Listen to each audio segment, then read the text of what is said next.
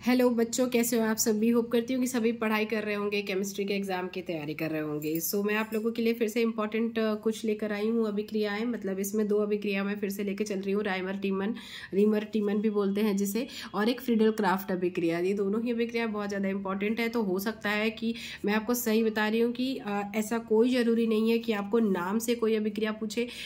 ये हो सकता है कि मतलब इसमें ये पूछ ले कि सैलिसिक एल्डिहाइड कैसे बनता है, किसको किससे मिलाने से बनता है, या फिर फिनॉल और क्लोरोफॉर्म की क्रिया जब NaOH से कराते हैं तो क्या होता है।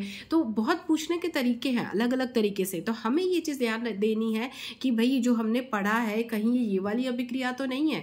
मतलब एकदम उस टाइम पे उस क्वेश्चन को कम से कम दो बार, एक बार पढ़ने से कभी कभी क्या होती है, हमें नहीं समझ में आती है कि हमने ये पढ़ा था और यही पूछा जा रहा है। तो क्या होता है ना, क्वेश्चन को आप दोबारा पढ़िए कि किसकी अभिक्रिया किसके साथ करा रहे हैं, क्या बन रहा है।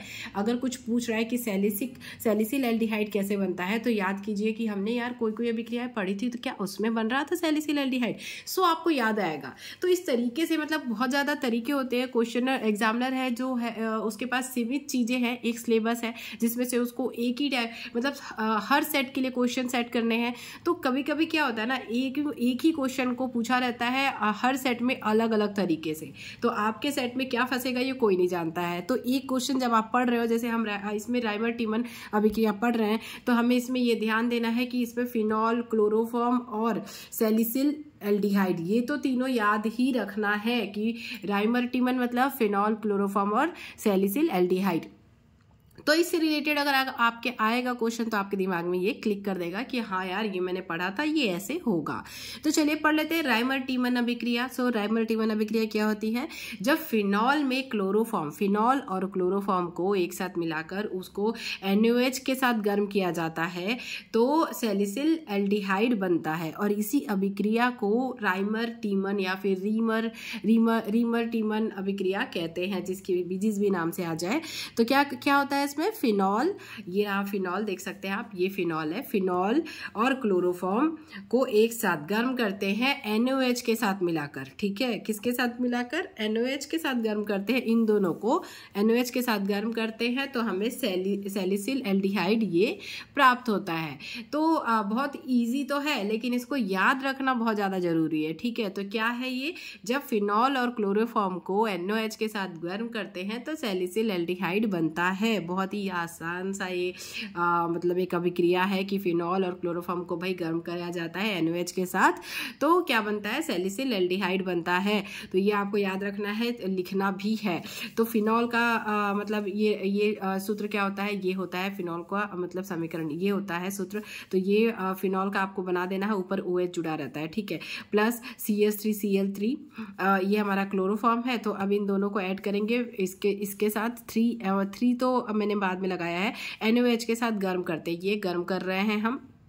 कभी कभी इसका वो भी पूछ लेता है कि कितने डिग्री सेल्सियस पे गर्म करते हैं, तो 333 डिग्री सेंटीग्रेड पर गर्म करते हैं अगर आपसे पूछा जाता है तो। अदरवाइज नहीं पूछता है तो कोई ज़रूरत नहीं याद रखने की, बट अगर पूछ लेता है तो ठीक है। तो ये NaOH के साथ इसको गर्म करते हैं तो क्या होगा, NaOH के साथ गर्म करेंगे तो सबसे पहले यहाँ पे जो हमको क्या दिख रहा है, अगर इन तीनों का रिएक्शन कराते हैं तो यहाँ पे OH दिख रहा है, तो यहाँ से क्या एक H इधर आके H2O में बदल जाएगा। उसके बाद ये Na, ठीक है, तो Na और यहाँ पे Cl दिख रहा है, तो NaCl एक हमारा बन गया, H2O और एक NaCl, ये निकल गया हमारा। ये देखो यहाँ पे, ये इस तरीके से दिखा रही हूँ, ये देखो ये NaCl बन गया यहाँ से हमारा, और एक H2O बन गया। पहले तो आपको यही देखना होता है कि भाई कहीं से जल निकल रहा है कि नहीं, ये निकल रहा है। तो H2O यहाँ हो गया, NaCl यहाँ निकल गया, बचा क्या हमारे पास यहाँ पे क्या बचा, जब यहाँ से निकल गया NaCl एक यहाँ से निकल गया, तो अब ये 3 है।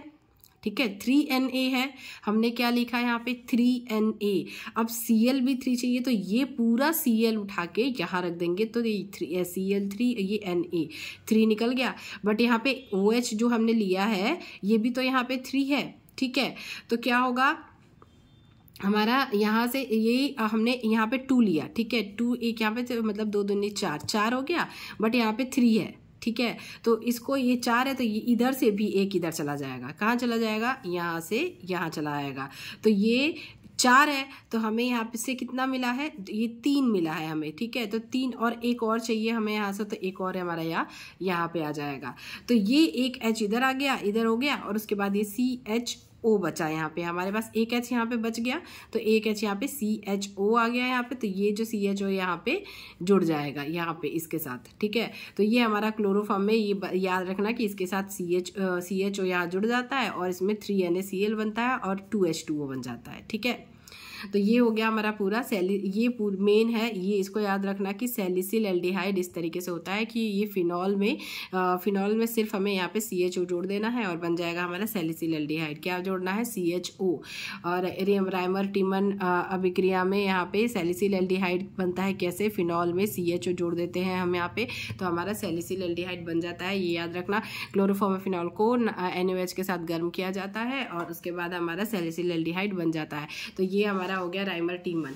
उसके बाद हम पहुंचते हैं फ्रीडल क्राफ्ट में। तो फ्रीडल क्राफ्ट अभिक्रिया क्या होती है, तो फ्रीडल क्राफ्ट अभिक्रिया निर्जल एल्यूमिनियम क्लोराइड, मतलब इसमें क्या होता है, एल्यूमिनियम क्लोराइड की उपस्थिति में, मतलब उसकी क्रिया नहीं कर रहे हैं, उसकी उपस्थिति में बेंजीन की क्रिया एल्किल हैलाइड से कराने पर टॉलुइन बनता है। ये थोड़ा सा कठिन जा रहा है, आप सीधे सीधे भी लिख सकते हो। मान लो आपने ये याद किया है ना, तो आप सीधे सीधे लिख दो, जब बेंजीन की क्रिया मेथिल क्लोराइड से निर्जल AlCl3 की उपस्थिति में कराई जाती है तो टॉलुइन बनता है।